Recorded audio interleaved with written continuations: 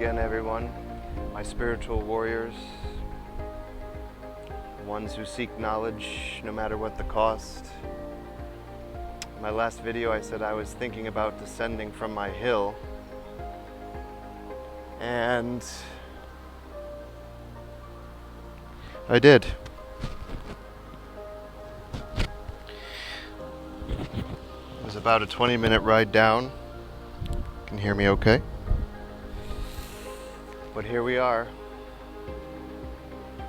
And today's topic is peace of mind. It's kind of a funny story. I had an aunt once. We were playing Pictionary and the card said draw something that resembles a peace of mind. And my aunt drew a cat. She was getting older. And we said, how does that resemble peace of mind? She said, well, that's what I was thinking about.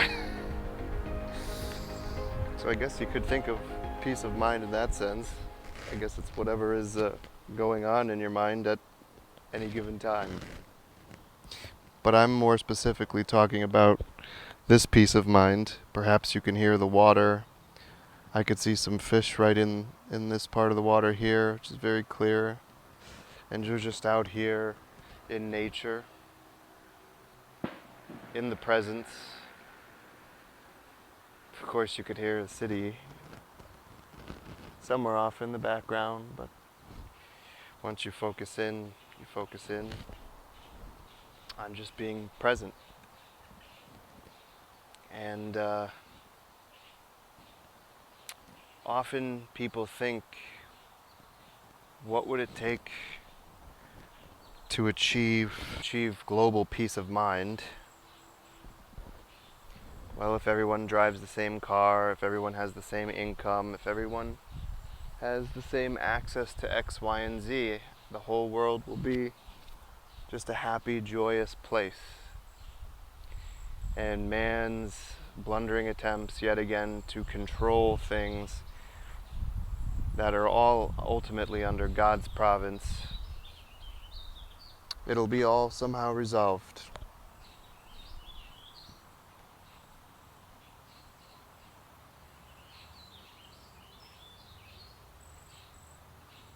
But that's just it. It's under God's providence. So your attempts to control, to police thought, to, at the expense of others, try to make a level playing field. And it's nice in theory. Everyone should have housing and clothing and water to drink, obviously, but the objective would be that it would give everyone peace of mind. Everyone would be happy. But they wouldn't.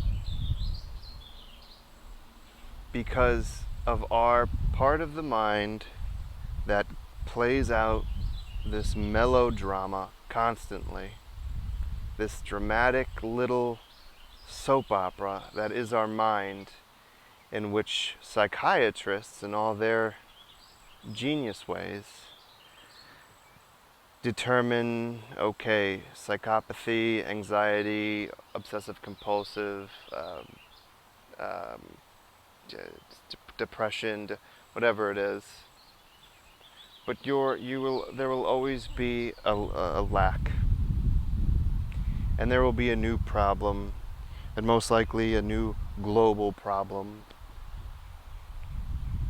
So even if tomorrow we could snap our fingers and the people of this world who want things a certain way could have, call it, 1 million people on Earth, and everyone has the same access to everything, and everything's just okay, it's just, no.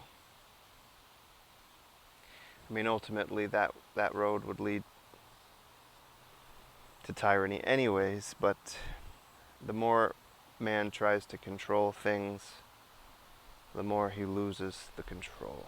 You see, the more resistance you put on something, the harder, stronger, and faster that it comes at you. The only control you have is understanding the way to peace and to God. How could we be any closer to God than right here? Saw some ducks swimming along there. I think that was captured. And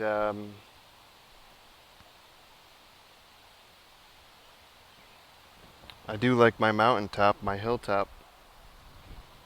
But I do like being by the river as well. It's a nice, relaxing change of pace.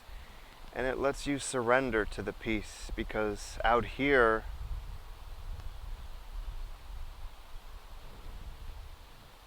you can just connect with yourself, with God. You can enter a state of prayer.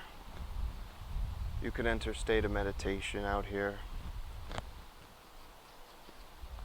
And all the calamities and the fights, should we wear a mask? Should we not wear a mask? Democrat, Republican,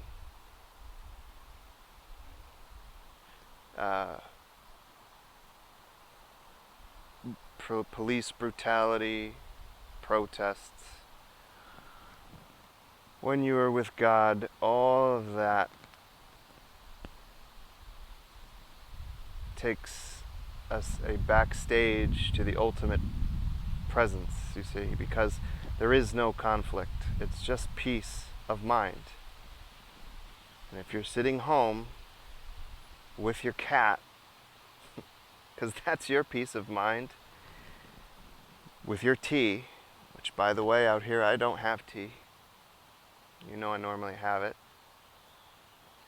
Then sitting with your cat is peace of mind. Hello. Anyways, you can achieve peace of mind, but peace of mind cannot be and will never come from someone else. So if you put your faith in someone else that will give you peace of mind, you'll be let down. If you put your faith in a government, you'll be let down. Economic, virus, anything. It's all under God's providence. It's all in God's hands. The world doesn't see it. But the spectacular people that are joining us on this journey see it. The people who are with God see it. The Christian mystic sees it.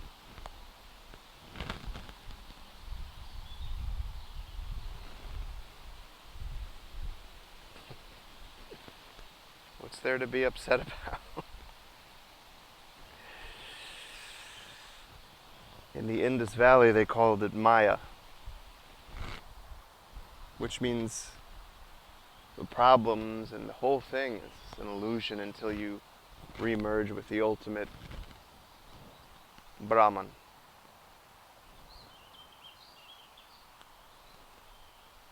So until we go back home with God Almighty and Jesus Christ as His right hand, we won't know peace. But you can start trying to accomplish that peace today. Go up on a hill, come down to the river, leave the group chats, leave the arguing, the forums, the blogs. We're such mind-numbingly inane, dumb, and inconceivably irrelevant conversations are taking place. And before you think you can know something about control of the external world, you should know how to control yourself. And when you dive into this stillness and this quiet, you come step by step closer each day to doing that. May the Lord Jesus Christ bless you and your families. Have a great day.